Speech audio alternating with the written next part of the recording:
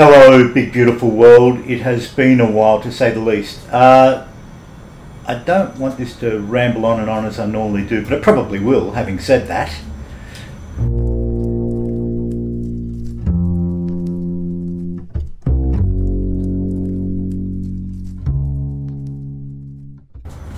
I'm just waiting for that bugger to take off. So, we're taking off out of Brisbane International, 19R? Pretty sure it's 19R. No, 19L, it'll have to be. Anyway, we're continuing the leg, so it's not my usual check out new shit or whatever. Pardon my French. Already I'm swearing. Oh gosh, I'll never learn, will I? So, yeah, it's not my usual rambling on. It's a kind of lament, maybe. Now, I do the odd lament, as you guys might know. I might get a tad sentimental for digital things that may or may not exist. But let's get up in the air first. So we're out in my beloved Caproni-Vizzola Ventura with a cool steeper paint job. Phenomenal cool paint job. Really love this aircraft. So this is part of the ongoing leg around Australia. Taking off out of Brisbane, making our way back to sunny Melbourne, and that's it. I'll have done Australia over the past couple of years, lazily kind of circumnavigated the country. Didn't show a lot of legs because you cats know how boring I am with the other stuff, let alone how boring I can be with this these long flights. That being said, I did want to talk about what we affectionately know and call Hangar Queens. And technically the one I want to talk about is not really a Hangar Queen because I hadn't had it in my stable for ever since I built this computer, so about a year now. But I did have it when it first came out on my old computer, and I loved it. I loved it to high heaven. It was the freeware version up on flightsim.to. The Aerosaur MiG-15, the MiG-15, not the 21 or the 19 that would later be released, but it came out and it had no gauges, and it told everybody that it had no gauges and etc. But the flight dynamics were just gorgeous. It actually really incredibly immersive and really gorgeous aircraft to get around. In fact, I took it over Nullarbor during this flight, that is to say when I kicked off the flight around Australia. Because what better place to cover a large lump of land than what better aircraft to do it in than, you know, something like the MiG-15. Beautiful, fast, great aesthetics, and I remember it had the Irish livery. So anyway, I took the liberty of downloading it last night, I think, and I was going to do this part of the run in that. But for some reason, the moment I hit the edge of Brisbane, my machine cacks out, or the flight sim crash, CTDs. But what I wanted to ask about the MiG-15 was, I know that we're just going to take a quick detour over sunny Brisbane. Good old city that it is. Love-hate relationship that I've had with it down through the years. But yeah, what I wanted to ask everyone, so if you want to leave a comment, like, subscribe and all that crazy stuff, is did you ever go out and buy the payware version? Because I saw it up on on the sim market, and I thought, oh yeah, okay, that's great, I'll grab it at some point, and just never got around to it for whatever reason. So I kept an eye on it and all the rest of it, but the feedback, there was kind of general grumbling that yeah, still only 90% of the way there, and last time I looked on sim market it still said as much. So whether Aerosaur gave up on it in the end, I'm not sure. So Aerosaur, if you're listening to this, please don't be offended. I absolutely love what you did with that freeware version. I'm just curious because I thought you did, it was such a labour of love, and even when I trialled it this morning for this part of the flight, I thought, man, this is such a cool aircraft. I've forgotten how amazing it was. So it's kind of a shame if somehow it's fallen from grace in any way. We're not really doing a sightseeing run. Mind you, this isn't exactly a sightseeing aircraft. But Brisbane, if you're ever up this way, it's a great city. It has an unusual history. In my day, we used to call it Security City, after the old Saints song, because the guy who ran the show up here, this state, was a politician, Joe Bjelke-Petersen, and his allegedly corrupt as hell right-hand man, the police commissioner, Russ Hinds. I guess I have to say allegedly in case the families come after me or whatever. But yeah, it was all over the news. Most other states referred to Queensland as the apartheid state back then, which is pretty damning indictment of where it was when I was a kid and when I used to hitchhike up here to see a girlfriend. But to their credit, after the fall of, after Bjelke-Petersen left and the kleptocracy moved on, Brisbane became amazing. In almost overnight, that you could see it was like a flower just waiting to bloom. And they did. Galleries sprang up all over the place. So it used to be mainly in Paddington, I think in the northwest, from memory, up that way, where the art scene would be. And then by the early to mid 90s, it was just flourishing everywhere. Art, expression, great music coming out of Brisbane, out of the QLD, QU, Queensland University up there. Absolutely amazing stuff. And one of the cool things I used to love about hitchhiking to Brisbane or catching the flight or train up was getting into some of the galleries, because one of the things they do is they get some of the coolest exhibition. There's a place called the South Bank Gallery. I don't know if that's what it's called, or that's where it used to be anyway, on the south side of the river. And I remember there was a freebie exhibition of Picasso's and Georges Braque and even George Gross, the satirist from the 1920s, from the Weimar inter-Nazi Republic, Weimar Republic into Nazi Germany. An amazing, Paul Klee, a favourite artist from way back when, Camille Pissarro, Picasso, all of them, absolutely. The occasional Modigliani, and all for free. And so I'm not sure what the scene's like up there now for art, but it used to be mind-blowingly impressive. I guess nobody and nothing touches the likes of Mona down in Tasmania now. But that being said, Brisbane sure held its own for the best part of 20 years, I think. So great, more power to them. Let's get her. I want to get her up around 6th, 7th hour, just in case it starts to bug out on me. So yeah, the MiG-15, the Hangar Queen that was not, as it were. It's interesting because, there we go. What are you doing? And I'm at about, 60 to 70. Okay, we're good. All right, we'll trim her out and see what's what. Bit of wind up today, but yeah, the Gold Coast sure looks pretty. When I was a boy, when I was a kid, I'd come up here or a teenager, errant teenager, whatever, and they were all kind of sleepy little coastal towns, and now it's just one interconnected, I think sprawl is too harsh a word, a lot of, it's a megalopolis, I guess, would be the best way to describe Brisbane down to the border now, to the border of Queensland, New South Wales. Absolutely stunning. But yeah, I'm curious to know, please, if you're subscribing or watching or just whatever, leave a comment regarding your favourite Hangar Queens and what you'd like to see more of, I guess. Like I say, I really would have loved to have seen that that 15 come to fruition. And maybe it has, and maybe I've been too lazy to actually go out and purchase it and, assess for myself. But I love this C22J. I think it's still a work, in spite of the low poly count, up around here, up around the A-frame and all the rest of it. It's such a joy to fly. Still a cheeky, and cheeky is the word I keep on using with this sucker.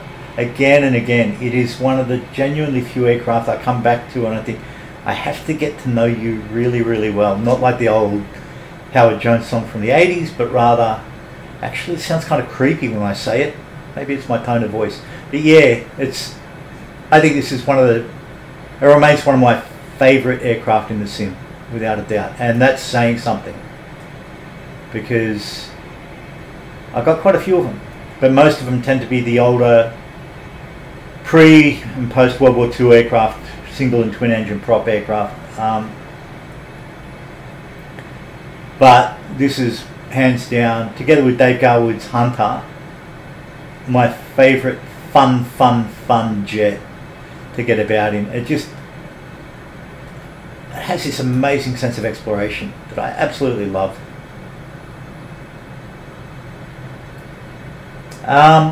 That's it. I don't want to keep everybody. I mean, I might just keep it rolling just in case I can think of something vaguely witty or erudite or, I don't know, clever to say perhaps, but otherwise I'm just going to mosey on down to sunny Port Macquarie down the coast, or I might land at Ballina if I get bored, brainless or whatever. But that's why I love the flight sim. So this is like I said, I'm about 4/5 of the way around Australia now. It's been fun over the past 2 years. Taking a variety of aircraft from the Ryan STA, the open-topped Ryan, through to the Boeing Stearman, through to the Tiger Moth, through to the Fugger Magister, through to the Focke-Wulf 189 or the Piaggio 189, through to so many aircraft. I think I even took a tube liner at one point from Perth up to Geraldton, maybe, or something like that. Probably my least favourite aircraft to get about with on this particular sojourn, but I will fall in love with them. And in fact, I'm half tempted to get the new PMDG 737 just to kind of get used to it, get intimate with it, overcome my shyness, my fear, my inhibitions with it. I think they're worth learning. My excuse is after I knock off work, I don't want to think of an afternoon, because that's what they've sucked my brains out at work for. That's why they pay me the millions at work. And so in these little aircraft that I'm kind of the GA to small jet curios or whatever, that's why I love them. You can just kick them into life, feel pretty intimate with their startup prop, know what to regulate, know what to look for. And how cool is this panel? It's just awesome. Early days of digital. I just love it. You know, clack, clack, clack. Absolutely superb. Yeah, it's no wonder this is a real go-to aircraft for me. Alright, so it looks as though the MiG was giving me grief, as was the other aircraft. Not the Fugger Magister, some other aircraft trying to get out of Brisbane. It just didn't like it. Or CTDing or whatever. So, we've got the Antonov in a couple of weeks, the 225, which is something of a huge event. It's interesting that the money is going towards rebuilding it, and I don't know how that's going to work in all candor, because the Russians have launched that new offensive and it's knocking out all the major power cells and power areas. And it's really, really tough going for the poor people of Ukraine. Frankly, it's fucking heartbreaking. We all know that. Any war is. It's ridiculous. It is ridiculous. It's swinging dicks and old men playing at being young men. It's horrible. Horrible shit. But look, lots of love and care to the people of the Ukraine, and I know I've spoken with a lot of not a lot of Ukrainian mates, but the Ukrainian mates I do have on either side of the Donbass divide. Quite a few of them are pro-Russian, many of them are not, and I haven't had the chance to catch up with the pro-Russian friends since over the past probably 8 or 9 months, but they were initially enthusiastic. And I guarded them about getting enthusiastic. Going to war sucks. It's just crap. Anybody who exalts it is... Fuck, I don't know. Just... They've got a screw loose. We have so much more information about the world now that why would you do it? And then you go back to the old Clausewitzian line of, you know, politics is the last restraint before war kicks in or whatever, and that's that constant state we live in. I call crap in it. There's got to be a better way, and if we're not thinking of a better way, what are we living for? So all of these little joints, those canals down there that you can see on the left, they terrify me. In fact, there's a golf course down here. I don't know if it's that one.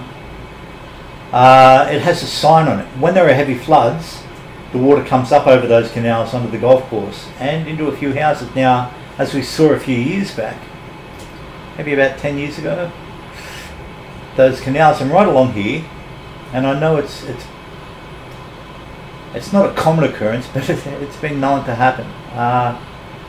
Bull sharks have been known to come up when the water's high onto the golf course, and they say do not play golf in the rain, or effectively do not play golf in the flooded course, because sharks have been sighted. Now, the one thing about bull sharks is that they are an estuarine shark. They have poor vision, and they are a renowned attacker of humans here in Australia. Novus whalers, bronze whalers, bull sharks, because they are one of the few sharks that go from saltwater to freshwater and back. And their vision is poor in the freshwater because of the crappy river system, or the, not crappy, but the silky river system and the poor visibility. So unfortunately, and I say it with all seriousness, my heart goes out to the young girl over in Perth recently, last week or this week, who lost her life to a bull shark attack. And that's what a lot of these canals, this is where they come to breed. But nonetheless, they are amazingly gorgeous in their design and their thought. It's quite incredible. Yeah, just lots of friends up this way. Man, I love this plane. I just love it. It's so cool. So easy to get along with. It's not the fastest, certainly not the fastest jet, but I think this flight's going to take me about an hour and a half. But if I bore myself, then of course that's where I'll shut up and shut it all down, and I might just edit in the landing just to give it some sense of closure. If not, I'm just going to keep rabbiting on, people. Rabbiting on. What other aircraft have we got on the horizon? We've got I think it was Initech, the cats who bought us that P40, which I bought. I still haven't flown it, I don't think. I don't think I have, no. But they're releasing, oddly enough, the Messerschmitt 108, the Typhoon. And that's really interesting. Little four-seater from the mid-30s, and the predecessor to the 109. You can see the family lineage all over it. The Typhoon's a beautiful little aircraft, sporty little critter. So it's kind of really... I wonder what the hell that was for a moment. It's a motorbike parking next door. So, holy heck, what have we got going on?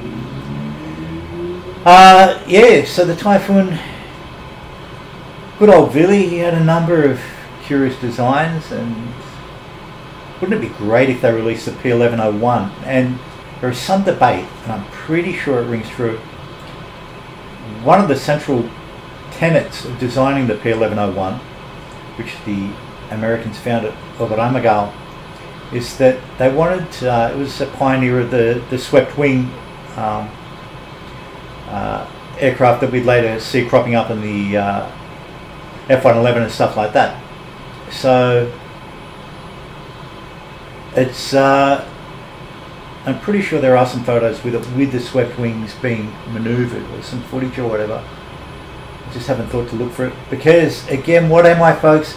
I'm really lazy. I am really incredibly lazy. But yeah, so early swept wing pioneering, or movable wing pioneering, variable degree wing design. There, I finally got that out. So the Typhoon from Initech. What else is on the horizon? The Antonov. I think they got Friends team at it again with a follow-up to the Vilga. They never rest on their laurels. They go on to do amazing things. Anybody who's caught these videos, these crummy videos of mine, knows that I'm really not here to recite the news. We've got enough excellent YouTubers out there doing that and giving us the info. So, and I love it. I must admit, I watch them with a kind of reckless abandon. I love keeping up to date with Everybody from Flight Sim Pro right through to Overkill, Mike over at Overkill, right through to Av Angel. We've all got our favourites, you know. They help me get through the day or the working week or whatever. But I am more interested to see the what new pre-war aircraft are going to be on the horizon again. The 108 will be a welcome addition. I will grab it in a heartbeat. It's just right up my alley. It's very sleek, and it was an incredible aircraft for its time. I kind of always, whenever I talk about, you know, German, or not even German, but pre-World War II, Second World War era aircraft, my imagination's just on fire with the possibilities. You know, the Heinkel 119, and not only the Heinkel 119, but the Heinkel 119 seaplane variant. I think it was the V4. It is one of the world's greatest looking aircraft. Very, very cool. You know, you're sitting in the glass cockpit and you've got the prop shaft running between the two pilots with a set of UVs or CVs, universal joints, connecting this long prop shaft. The Bugatti, that is on the horizon. The Red Wings team are pretty sure we'll get it, hopefully in 2023 we'll see that on the horizon. The Model 100 Bugatti, or the 100P, which again, I think it has the true prop shaft. So the prop shaft comes right through the cockpit, and you know, the pilot's straddles the critter. So yeah, very, very interesting beastie. I think the cats who released the Newport 23 have now released a 17. It's been around for a while. I've now released a 23. Not sure what that's all about. Probably not my bag. For some reason, the Dorand, which I got, and again I forget who makes it, hasn't been behaving nicely since the last update. And it's a cool old aircraft to get around in, but yeah, unfortunately it hasn't exactly been playing ball the couple of times I've taken it up. I love this country. I loaded in a new NVIDIA driver. It's starting to get a bit of a stutter. I loaded in a new NVIDIA driver last night, and I keep on forgetting whenever I do it, I have to reset the specs for the mic, and I have to reset the Alt F3 color coding to at least approximate the colors that I see in the real world here in Oz. I just realized, of course, why have you gone out on me? Did I slave you? What do you got? You should be. So you've conked out on me? Interesting. There you go. And what have we got? The comms have dropped out. Why have the comms dropped out, peeps? In fact, we've got all kinds of weird and wackies going on. All the electrics have knocked out.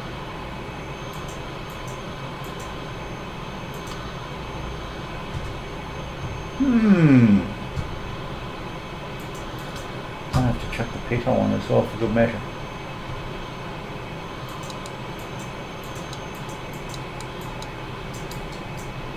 So I've lost my paneling. That's interesting. That is interesting. There you go. Oh, I see. Might have to bring it down. Nah, alright. We're bringing it down.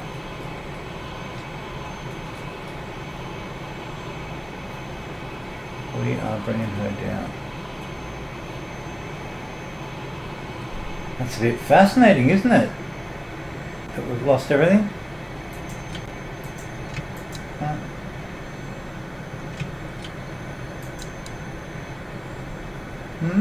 Do we have a fuse knockout? I wouldn't have thought so. I don't think this sucker has fuses, does it? We're on. Oxygen. Yep, none of the fuses are operative.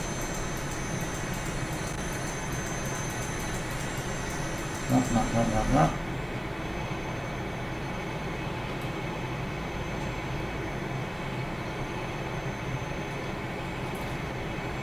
Okay, well, that might call short the pleasant little sojourn we've got anyway.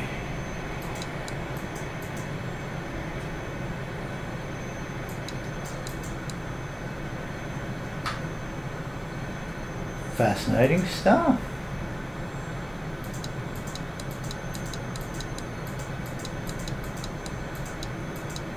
Well, there you go. There's a bit of a first for you. Alright, well, let's see how we go with this.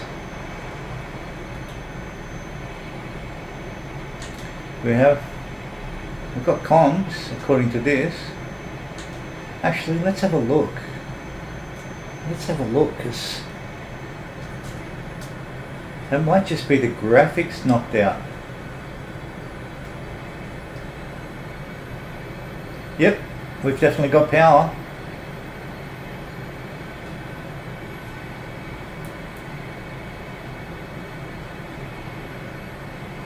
Okay. So just everything's dead in the water.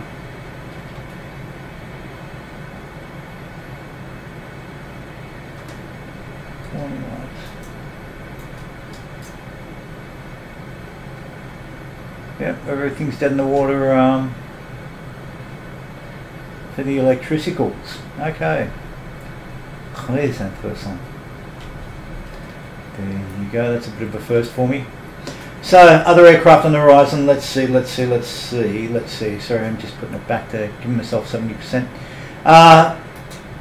And yet, funnily enough, the VSI still works and the speedometer still works.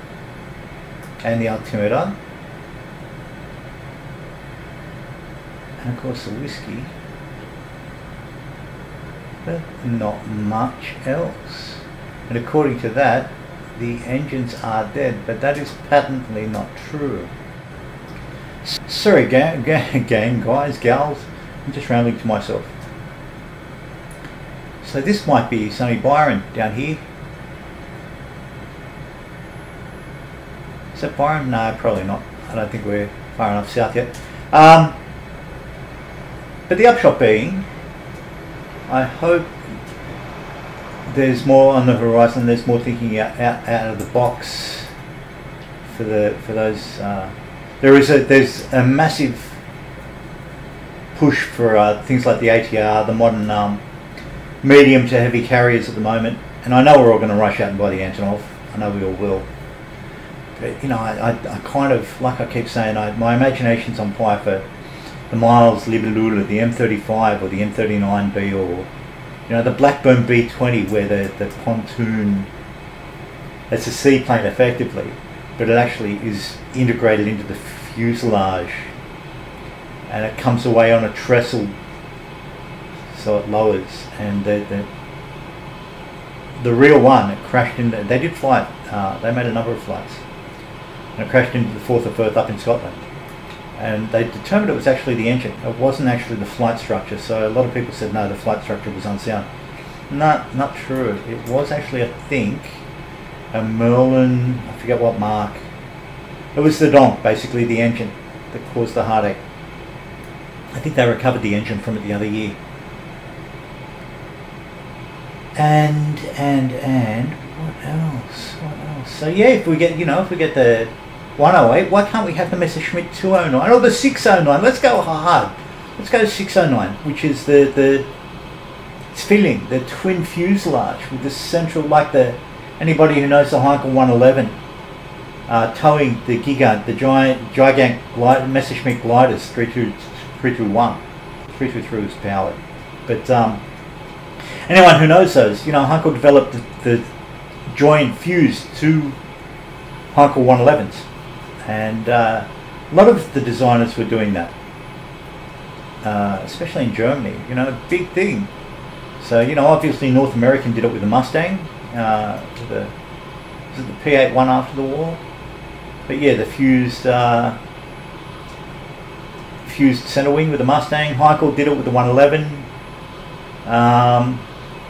I'm not sure. I don't think Messerschmitt actually took it off the drawing board. But the 609 was basically 109. I think they were F Friedrichs, and did the same thing. Very much on the plan. I think Dornier Had a similar thing happening with the DO335. They were calling it the 635. It was going to be its filling with the two fuselages joined by a central wing. What else, gang? There were a lot of them. A lot of them. Yep. All these sleepy little towns along the coast.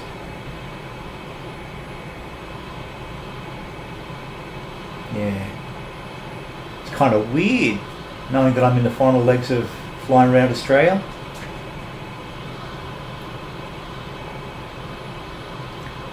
Bit of a bother, the electrics. This haunts me. I want to try and fix it now.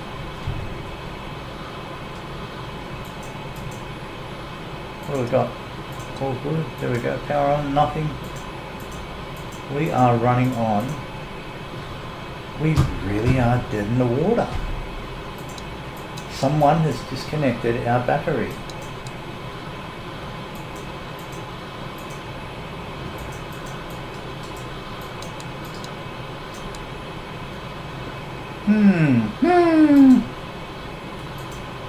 Interesting. Interestinger and interestinger.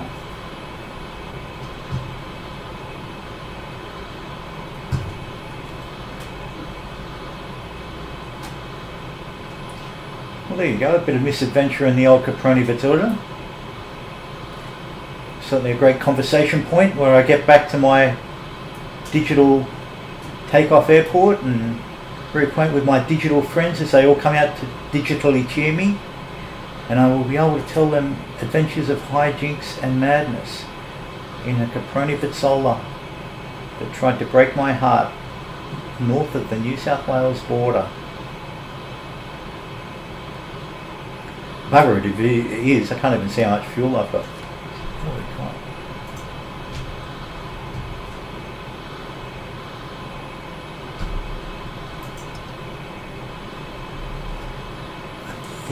I don't think I can do control F. Oh, that's all right.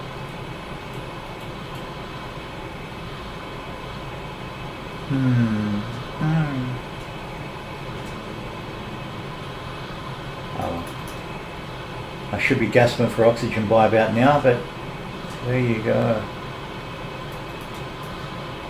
Certainly be feeling the bite at this height. What have we got? Yeah, that'll do us.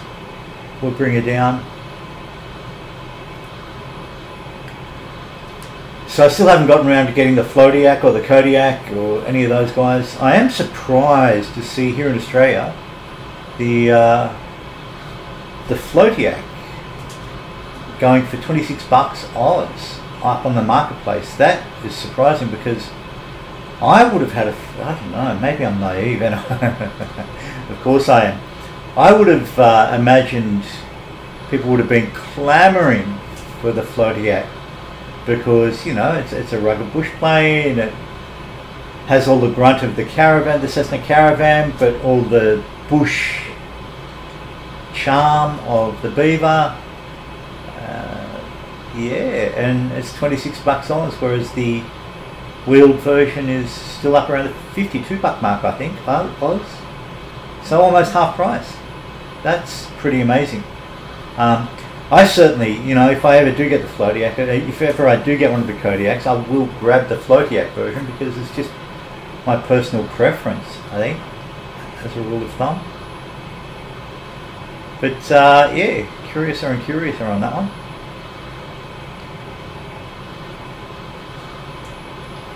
Suss out where we are.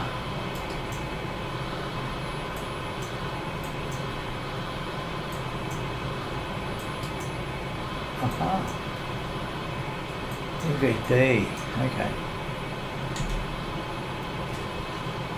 Gives a look at the nearest list. Evan said Ballon, no. Wollongong, no. Let's go further on.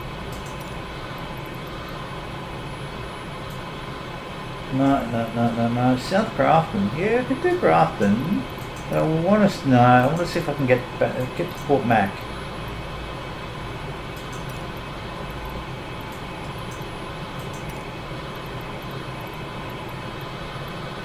Yeah, okay, nothing there that appeals to me yet.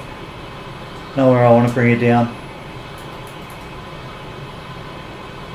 Ah, New South Wales, you're sure looking fine. Mighty, mighty fine today.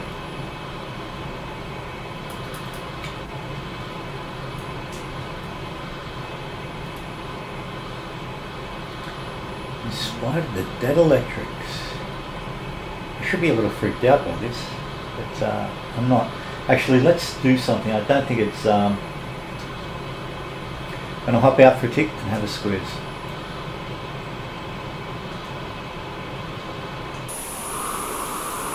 Cool. Okay, so we've got beautiful, we've got air brakes. Lovely. That's all I really wanted to check. Let's have a look while we're out here. I do dig this paint job. That's an awesome, the steeper. So the Caproni steeper colours. That's a beautiful sonic powder blue. You just don't see often enough. Good looking. With the tricolori, with the three colours of Italy. Work of art. Just lovely, mate.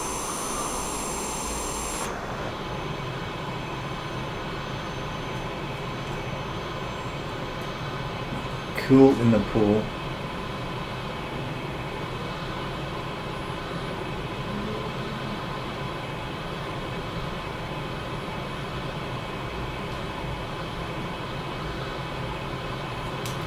Do inversions. I think you're only good for stopping the big super llamas.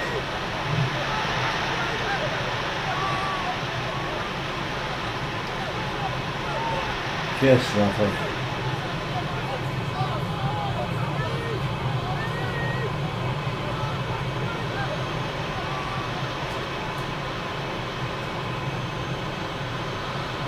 That's a sure way to lose some altitude. Loved it.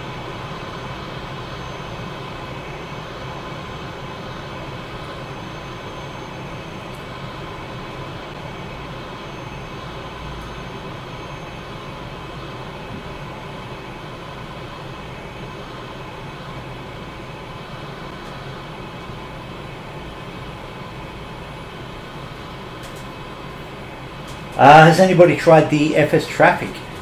I am thinking of getting that because the live traffic in Flight Sim can, you know, if you're running the graphics at a high level, the live traffic can be a bit chunky at some of the bigger airports, the internationals. So I was wondering what the frame rate hit was like on FS, the new FS traffic that everybody's raving about. If you are doing, and I know a couple of your regular cats are doing your own kind of circumnavigations and major cross-ocean flights, I'd be keen to know what you're doing. What are you know, what are the better ones or your favourite ones so far? I can without a doubt highly recommend circumnavigating Australia. It is a trip. It is quite a never-ending variety of landscapes. And because I have, I know I fetishize it quite a bit, but because I have the FS Realistic as well, which I love, as you just heard when we did the inversion, with the passengers screaming, yet not seeing too many passengers. That being said, how cool is the upholstery on this thing? It's like a Ferrari 250 GTO or something.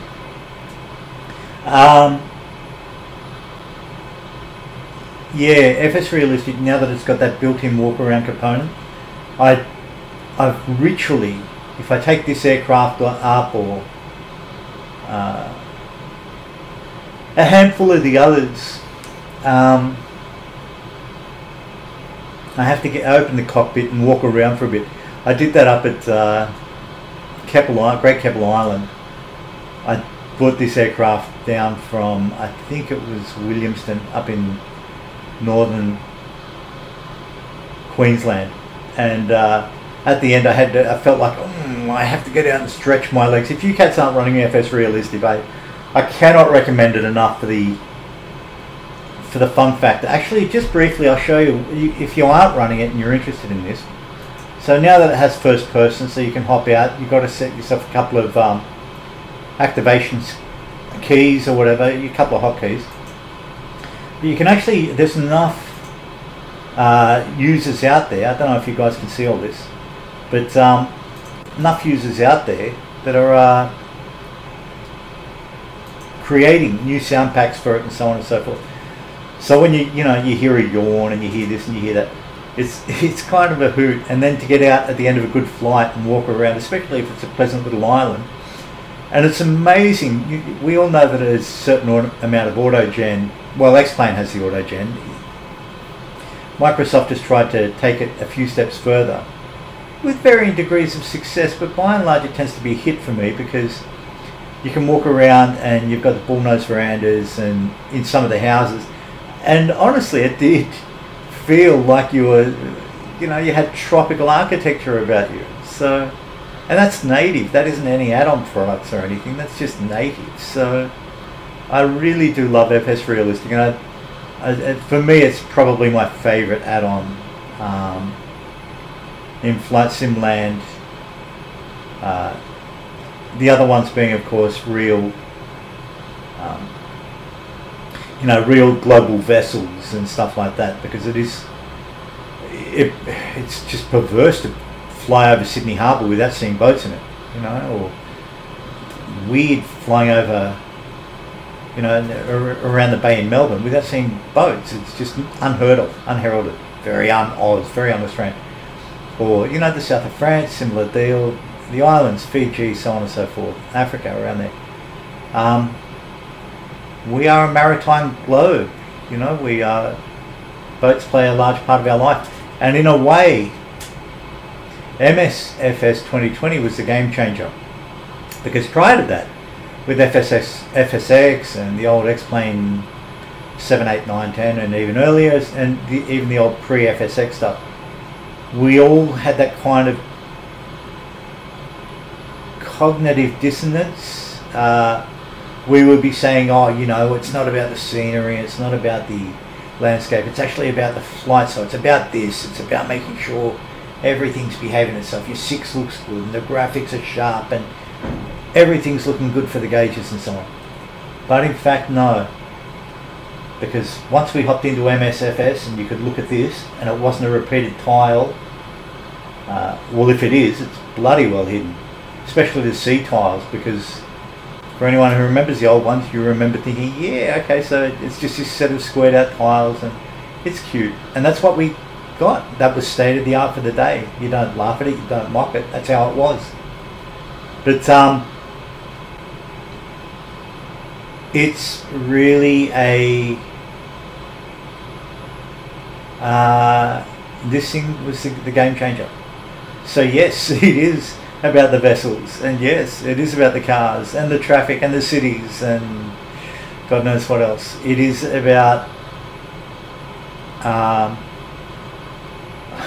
getting us out of that, allowing us that soar like an eagle routine that we all love, the kind of lone wolf stuff that we all get our happy joys on in Flight Sim land. Here I am out of the rut, far from the madding throng, etc, etc. I was about to say far from the madding thong. That'd be a little bit weird, especially because here in Australia thong has 2 meanings, one being footwear, the other being G-string.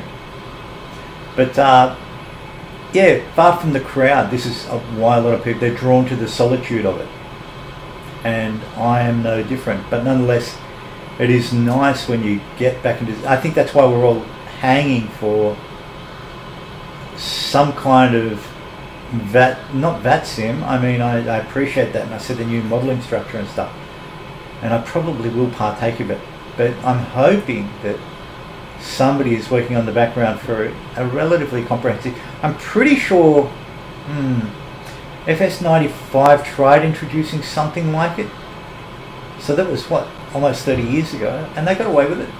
The sound packs were good, the voices were good, the nav was relatively accurate for its time, and there was the other one from ADOS, which was Flight Unlimited, and even though that was only San Francisco, I think from memory, and was it Chicago, somewhere in Midwest or maybe the East Coast, it was only 2 very, very large areas, maybe Seattle up in the Northwest. But nonetheless, they had ATC that was kind of pretty solidly integrated from memory. Or maybe I am being romantic. Maybe I am, as my name implies, the flying liar. But I do recall at one point there was a really good ATC system for Flight Simulator, or at least a Flight Simulator, that wasn't clunky. It wasn't. It had a relatively natural feel, enough to get you by, enough to make it. Don't get me wrong, I actually don't mind ATC up here. I know a lot of people just absolutely abhor it and, you know, feel that it takes away. I don't mind. It's gamey, but it's good. I can live with it. Hell, I'm prepared to fly a little Caproni-Vizzola with all the electronics knocked out about 300 miles. So if you're prepared to do that, and if you guys are foolish enough to still be signing on with this, then what does it say about us? You know, one aircraft I still haven't taken up is the H1, or H4, isn't it? It was the HK one at one point initially, the Hughes Kaiser one, the Spruce Goose. I have to take that puppy up at some point. I'll get round to it. But yeah, I would be keen to circle right back to the beginning. I would be keen to hear if any of you cats are using the MiG-15 and what it's like now, because I fell head over heels for it. I really did. I thought it was absolutely a blast to fly. It was slippery as hell. It was fun. It was just such a delight to get up. You know, that VVS metallic light blue interior, everything about it kind of knocked my socks off, in spite of the gauge just not working. But yeah, I'd be keen to hear if any of you cats got the payware version. I'm gonna have a look. And what do we got coming up? Have we still got? Yes. Okay. Yes. There has to be something coming up, surely. Oh yeah. Okay.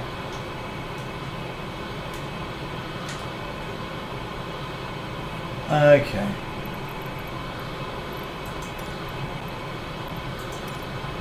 Let's have a look. Let us have a look. Stuart's.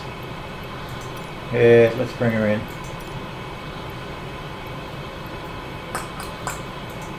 Yeah, okay, cool. We'll come down on Stuart's. Yankee Sierra Echo Whiskey, traffic Caproni, Mike Alpha Charlie Charlie, 123 miles north, 10,500 feet, inbound to land runway tree 2.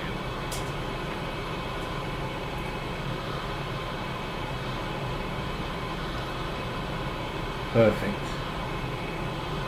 Perfect.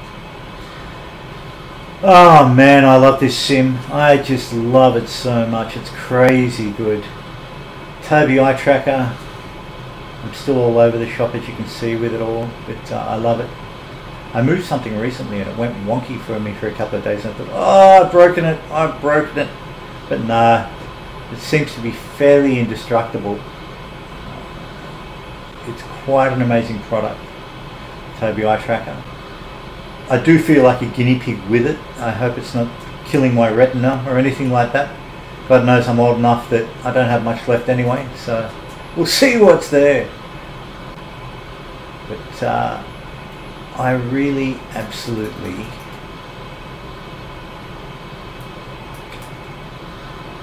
hang on, what are you doing? What are you doing? Let's get down a bit, shall we? Really absolutely love the immersion factor and how it goes from strength to strength. And though I'm looking forward to the next update and the Antonov and all the cool things about to come out, I realise that I still have far too many Hangar Queens that I'm not making good use of. And that's the luxury afforded all of us, or well, I shouldn't say that. I mean, I haven't been able to afford a thing for this thing for over a month now. But that being said, the privilege, I guess, of it all, quite incredible. What have we got out there? A little bit weird and wacky.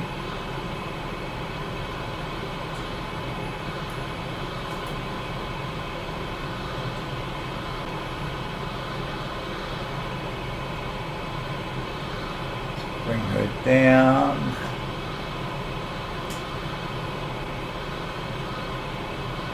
Let's hop outside again. I really love the lines of this thing. And again, education. I didn't know it existed. And I wouldn't have known it existed if it had not been for the magic of flight sim. And I have a point of vanity. I pride myself on knowing a great deal about aircraft, and especially obscure aircraft, and especially aircraft that barely got off the drawing board, if at all. But this thing, she is one of my all-time favourites. I love her. I love her. There aren't that many colour schemes up on flightsim.to. There's not a whole bunch for it, full stop, but what they're I absolutely love.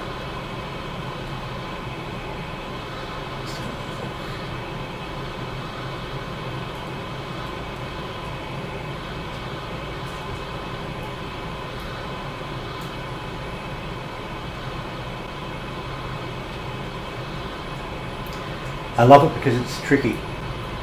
It's tricky to land. Well, maybe not for you cats, but for me it is. I always forget how bloody low it is, to be honest, and keep on thinking, oh, it's going to be shocking, it's going to be shocking, and of course it's not. It's just not.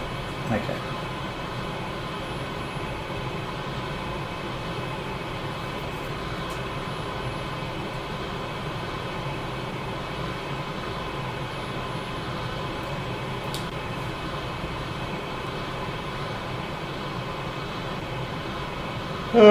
I mean, the good news is I'm really keen to see, by the time, because I'll land at Stewart's and then I'll probably hit Sydney or Nowra, and I'll do Nowra down to the New South Wales Victoria border, and then I'll probably do the big border over to Lilydale. So only about 4 or 5 more legs, fairly lengthy legs, but fairly good legs. I have a confession. I flew last night from Bundaberg down to Brisbane International. And I was in, I took up the freeware Vans R20. I must admit, not my cup of tea. Just a little too slippery for me personally. The stubby wings on it, I just found them really kind of irksome to get about in. But I can see why it's a popular seller. Give me the Velocity or one of the Rutan boys, one of their things any day of the week. It's like this, it just, you know, those things glide, they soar. And I really like that. The Vans reminded me of a monoplane version of the Aviat, or the Pitts Special. And I do dig the Pitts, don't get me wrong, but it's not, you know, not my cup of tea, least of all, you know, because it's got such a long, such a bugger of a thing to land from memory.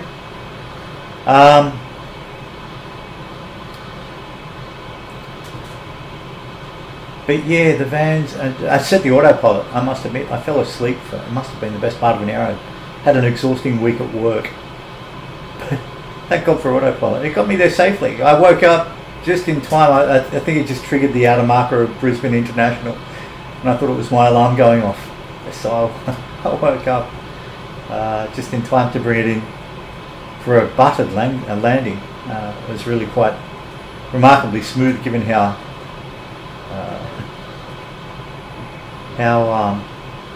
frazzled I was.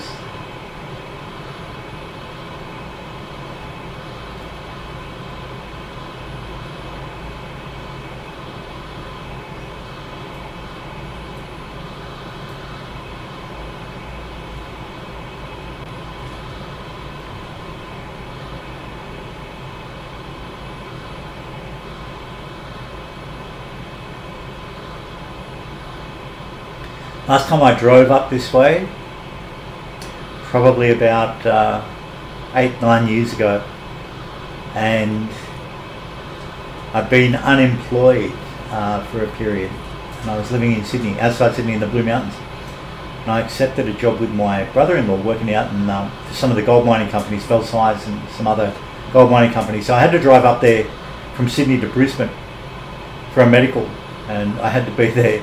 I only got the call at about 3 o'clock on I think the Tuesday afternoon. I had to be up there first thing on Wednesday morning for the medical. So I borrowed enough money for a couple of tanks of gas and set off through the night driving. Not like the Furies. I mean, I on the limit, but I drove non-stop up to the southern suburbs of Brisbane, where I had to sit for this medical and induction and all the rest of it before I was allowed to sign on with the company. And then that next night, of course, I drove all the way back, and I got to tell you, it was during, when was it? I forget what month it was, but it was during the summer months. And in the middle of the night, if any of you cats have ever seen a movie, you know, set in the bayous of Louisiana or whatever, this area can be just like that. It can be just yeah, look. Oh, do I want Stewart's now? Look, let's. Oh, I don't know. Yeah, let's bring it down. So this area, yeah, there was steam literally rising from the bamboo fields. Oh, sorry, the cane fields either side of the roadway. At 2 in the morning. That's how hot it was up here. It was stinking humid, and it was kind of ghostly, I have to admit.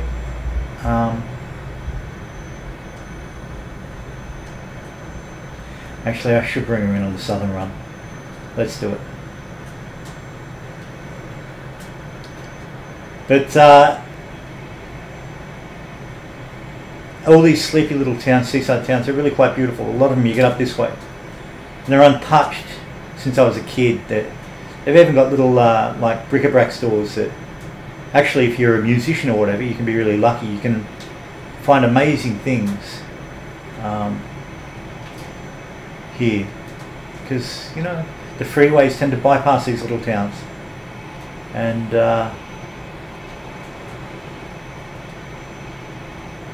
they kind of they endure. They're still there.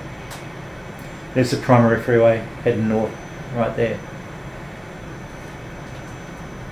and we are hella high. We are hella high. So let's see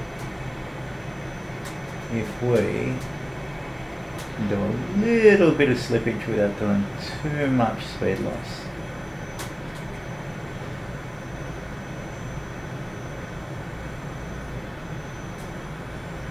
Yeah, let's lose it. Might be a bit gusty to bring her in. That'll do us. Oh, that was a bit vicious. Alright, so I am going to. So this thing's like a glider, fully backed off the throttle now. I'm going to throw in the spoilers a bit, just so we can get her under some semblance of control.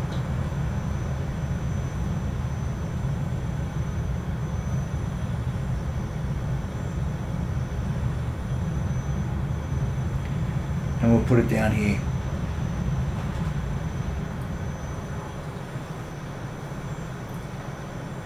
Probably need a bit of flap. I tend to, in this aircraft, need a fair chunk of flap. Well, I can't believe if you cats are still watching it, you're braver people than I'll ever be, that's for sure. Can't believe I've been able to rab it on for Christ knows how long. It must be an hour and a half by now.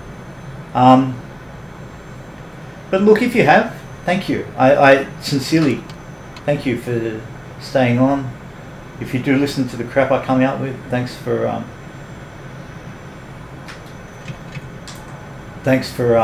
tuning in on anything near a regular basis. So as you can see, it's like bringing the tube liner in. Once that spoiler kicks in, it's just incredible. Absolutely incredible. I love this thing. I don't know why it manages to tick so many boxes with me personally, but it's an amazing little critter. Having said that, I'll probably make a right hash of it bringing her into land.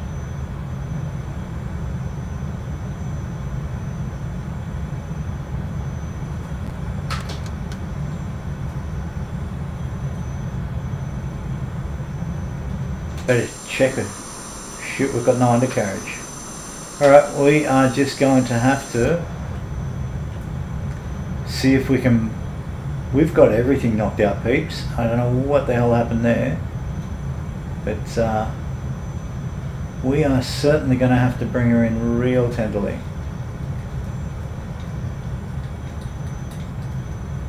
if it's at all doable.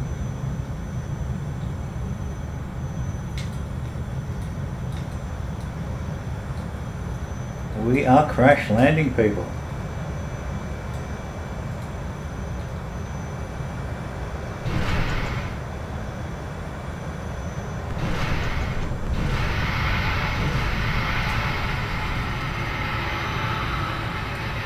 Well, there we go. I think we get up and out and we hop out and have a look at the damage. There we go, we ran so far away. Anyway, that, my beautiful friends, is that. An ignominious end to an otherwise a wonderful, wonderful flight. Thank you for signing in, big beautiful world. If you don't have this puppy, always go out and grab it. Probably won't even let me shut the bloody thing off. I don't know if it's a glitch or what the hell happened. But there you go. Thanks, big beautiful world. Stay safe, stay sane. Have a grand weekend. See ya.